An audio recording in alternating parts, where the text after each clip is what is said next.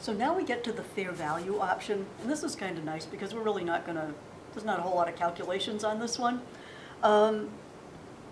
Companies have the option to report their notes receivable and, well, their receivables in general at their current fair value. That may be more relevant since it's kind of the cash equivalent value of the note. And if you want to think about this in terms that are a little bit more understandable, you could think of the mortgages receivable back in 2008. You had a lot of mortgages receivable that are receivables, they're notes receivable on the company's books, but most of them were not going to get collected, so the fair value of what they were really worth was very different from what would have been on the books at their their original cost. So fair value gives you more the cash equivalent price. So if a company chooses to use fair value for a particular note or receivable, they have to use it throughout that receivables life. They can't just change, like if the market goes up, oh, we'll do it this way. If it goes down, we'll do it that way. No, they have to sort of pick a lane and stay in it.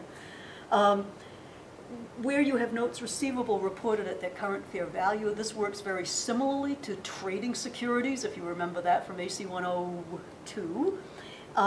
Where we have unrealized holding gains and losses, and unrealized holding gains and losses would be reported on the income statement if the company chooses the fair value option. Okay, so what would those journal entries would look very similar to what you did for the trading securities. If the face value was 10 and the fair value was 12, you'd simply increase the value of the note, and you'd have an unrealized holding gain income. And vice versa, you could have an unrealized holding loss. Okay, so fair value, there's an article on the fair value rule that's optional, but it may give you a little bit more understanding on it.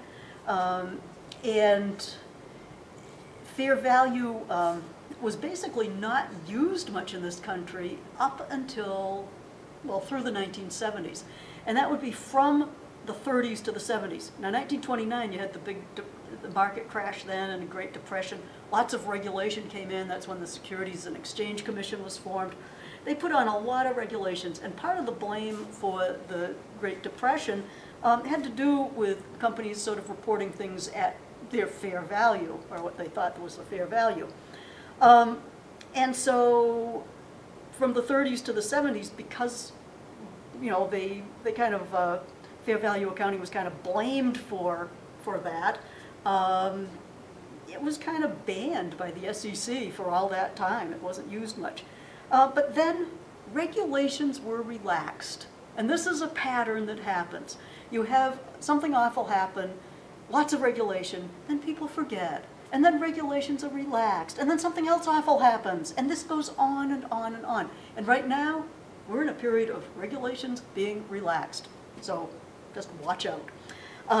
So anyway, the 2008 financial crisis brought this all up again because regulations had been relaxed before that, and the asset prices had been rising, so up until 2008. And so all these unrealized gains were being reported on the investment company's books that held all these mortgages receivable, and a lot of the executive bonuses were tied to all these unrealized gains, and that was really cool as long as the values were going up. But then, well, great for investment bankers, but then 2008, the values plummet, okay? The market crashed, the fair values plummet, and executives say, oh, it's the fair value accounting that did this, it made it worse. Well, yeah. So anyway, one interesting thing to note is the composition of the standard setters. This would be who makes up FASB, who's on the SEC and all of that. Up through the 70s, mostly these standard setters were not investment bankers. Okay, they might have been accountants, they could have been anything, but not investment bankers. After that, after the 70s, the composition of FASB came more from the financial sector, from the big banks and investment firms.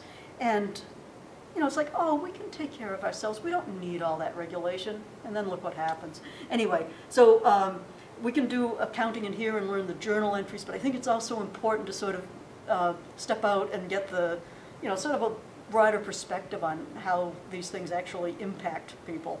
All right, so that's little fair value accounting.